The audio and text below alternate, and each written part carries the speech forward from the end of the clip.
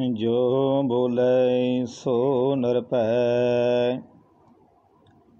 भगवान वाल्मीकि महाराज की जय।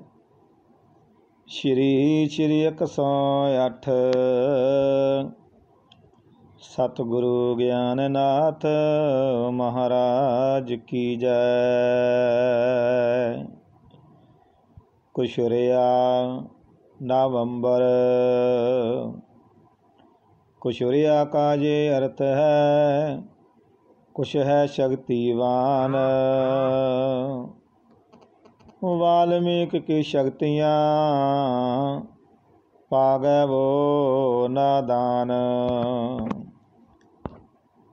कत्ल किया जो राम ने शंभुक मुनि विद्वान। काखों में परमात्मा डाल दिए वो प्राण।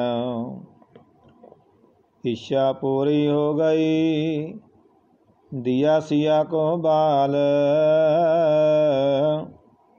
दे दी सारी शक्तियाँ कुछ लब को दयावान। 11वें महाकुश वीर ने खत्म किया अहंकार। उसी सूर्या को कहा विजय दिवस महान। आदि आए वाल्मीकाय नमो नमः।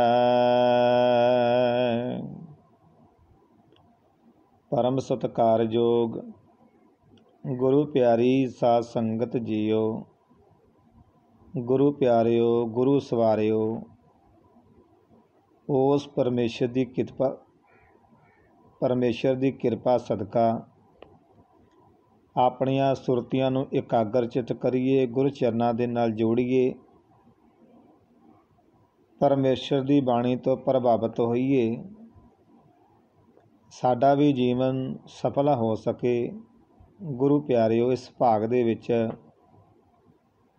ਉਸ ਪਰਮੇਸ਼ਰ ਦੀ ਕਿਰਪਾ ਸਦਕਾ ਜੋ ਦਾਸ ਬਾਣੀ ਪੜ੍ਹ ਰਹੇ ਹਨ ਤੇ ਗੁਰੂ ਪਿਆਰੇ ਉਹਨਾਂ ਦੇ ਜੋ ਅਰਥ ਹਨ। ਕੁਸ਼ਰਿਆ ਕਾ ਜੇ ਅਰਥ ਹੈ ਕੁਸ਼ ਹੈ ਸ਼ਕਤੀਵਾਨ।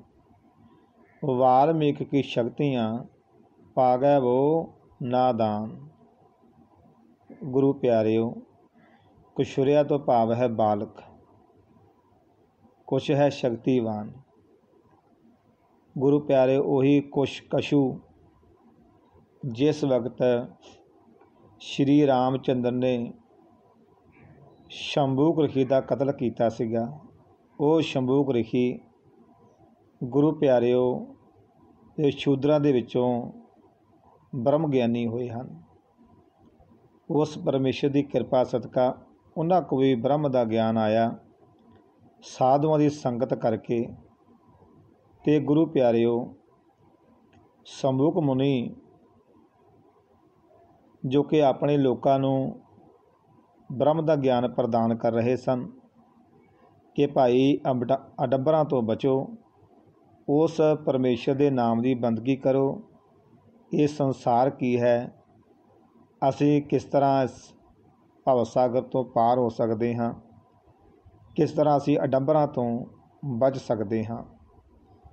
ਤੇ ਗੁਰੂ ਪਿਆਰਿਓ, ਇਸ ਗੱਲ ਦਾ ਜੋ ਜ਼ਿਕਰ ਸਾਰੇ ਹੀ ਲੋਕਾਂ ਦੇ ਵਿੱਚ ਸ਼ੰਭੂਕ ਮੁਨੀ ਵਿਦਵਾਨ ਕੀਆ ਕਰਤੇ ਥੇ। ਤਾਂ ਗੁਰੂ ਪਿਆਰੇ, ਇੱਕ ਦਿਨ ਉੱਚ ਕੋਟੀ ਦੇ ਬ੍ਰਾਹਮਣਾਂ ਨੂੰ ਪਤਾ ਲੱਗਾ ਕਿ ਜਾ ਕੇ ਇਹ ਸ਼ਿਕਾਇਤ ਸ਼੍ਰੀ ਰਾਮਚੰਦਰ ਦੇ ਕੋਲ ਲਾਈ। ਸ਼੍ਰੀ ਰਾਮਚੰਦਰ ਉਸ ਟਾਈਮ 'ਤੇ ਰਾਜ ਕਰਦੇ ਸਨ। ਰਾਮਾਇਣ ਦੀ ਬਾਣੀ ਦੱਸਦੀ ਹੈ, ਕਥਾ ਦੱਸਦੀ ਹੈ। ਅਤੇ ਗੁਰੂ ਪਿਆਰਿਓ ਆਣ ਕੇ ਕਹਿਣ ਲੱਗੇ ਤੁਹਾਨੂੰ ਸ਼ੂਦਰਾਂ ਨੂੰ ਵਿੱਦਿਆ ਪੜ੍ਹਨ ਦਾ ਅਧਿਕਾਰ ਨਹੀਂ ਹੈ, ਵਿੱਦਿਆ ਸੁਣਨ ਦਾ ਅਧਿਕਾਰ ਨਹੀਂ ਹੈ। ਅਤੇ ਸ਼ੰਭੂਕ ਮੁਨੀਵਿਦ ਕਹਿਣ ਲੱਗੇ ਸਭ ਹੀ ਪਰਮੇਸ਼ਰ ਦੇ ਸਾਜੇ ਹੋਏ ਹਨ, ਇੱਕੇ ਰਸਤੇ ਆਉਂਦੇ ਹਨ, ਵਾਰੋ ਵਾਰੀ ਤੁਰੇ ਜਾਂਦੇ ਹਨ।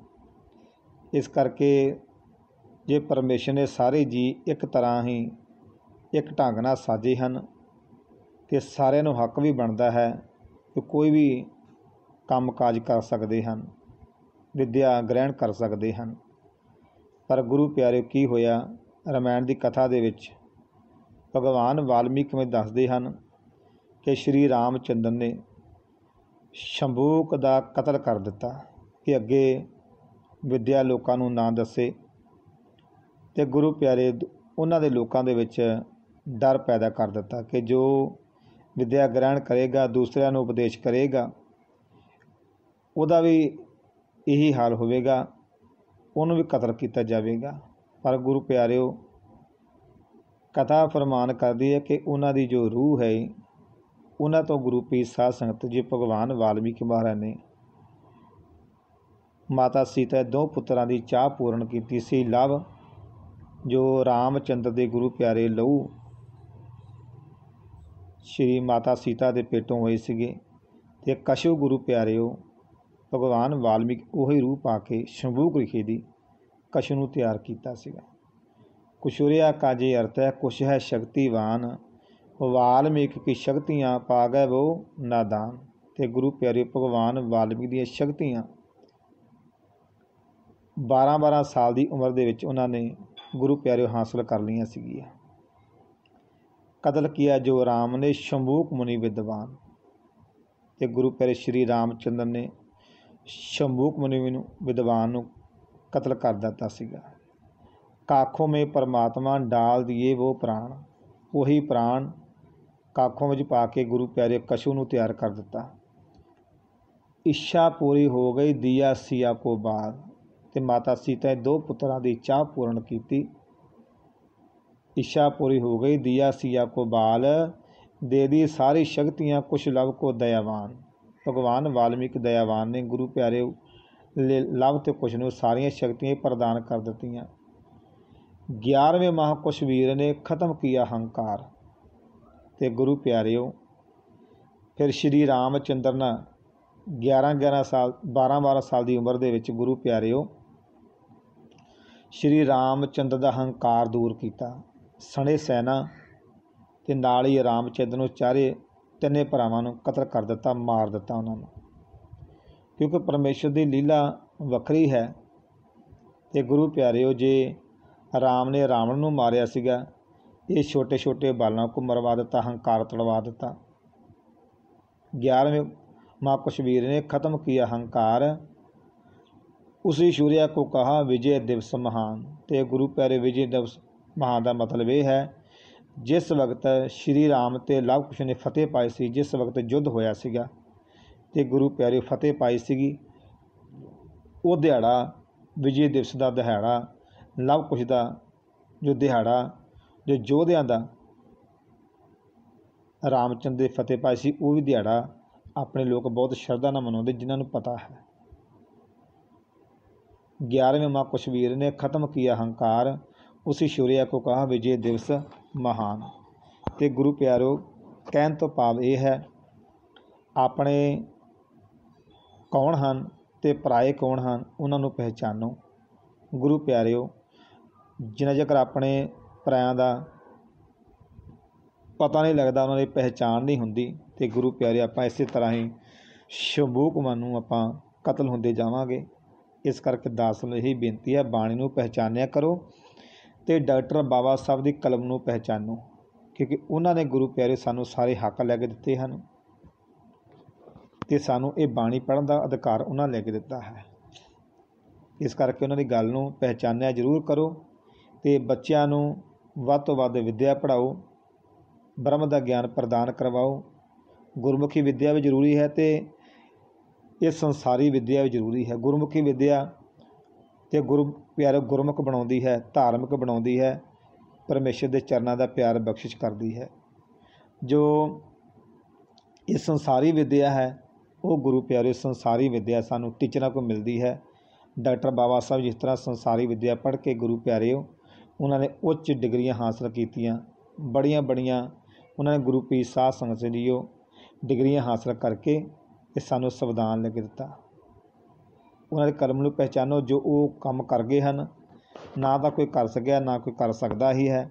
ਤੇ ਗੁਰੂ ਪਿਆਰੇ ਆਪਾਂ ਨੂੰ ਪੂਰਨਿਆ 'ਤੇ ਪਾ ਕੇ ਚੱਲ ਸਕਦੇ ਹਾਂ। ਇਸ ਕਰਕੇ ਇਸ ਪਾਠ ਦੇ ਵਿੱਚ ਭਾਗ ਦੀ ਦਰਸਾਇਆ ਗਿਆ ਹੈ, ਆਪਣਿਆਂ ਨੂੰ ਅਤੇ ਪਰਾਇਆਂ ਨੂੰ ਪਹਿਚਾਨੋ ਕਿ ਅਸੀਂ ਬਾਰ-ਬਾਰ ਕਤਲ ਨਾ ਹੋਈਏ, ਕਿ ਅਸੀਂ ਕਿਸੇ ਤਰੀਕੇ ਨਾਲ ਕਤਲ ਹੁੰਦੇ ਹਾਂ, ਵਿੱਦਿਆ ਤੋਂ ਹੀਣ ਹੋ ਜਾਂਦੇ ਹਾਂ, ਸਾਡੇ ਧੀਆਂ ਭੈਣਾਂ ਦੀ ਇੱਜ਼ਤਾਂ ਨੂੰ ਕਿਸੇ ਟਾਈਮ 'ਤੇ ਰੋਲਿਆ ਜਾਂਦਾ ਹੈ, ਸਾਨੂੰ ਵਾਂਝੇ ਕੰਮ ਤੋਂ ਬਿਠਾਇਆ ਜਾਂਦਾ ਹੈ। ਇਸ ਕਰਕੇ ਇਹਨਾਂ ਨੂੰ ਪਹਿਚਾਨੋ, ਆਪਣਾ ਰਾਜ ਲਿਆਓ।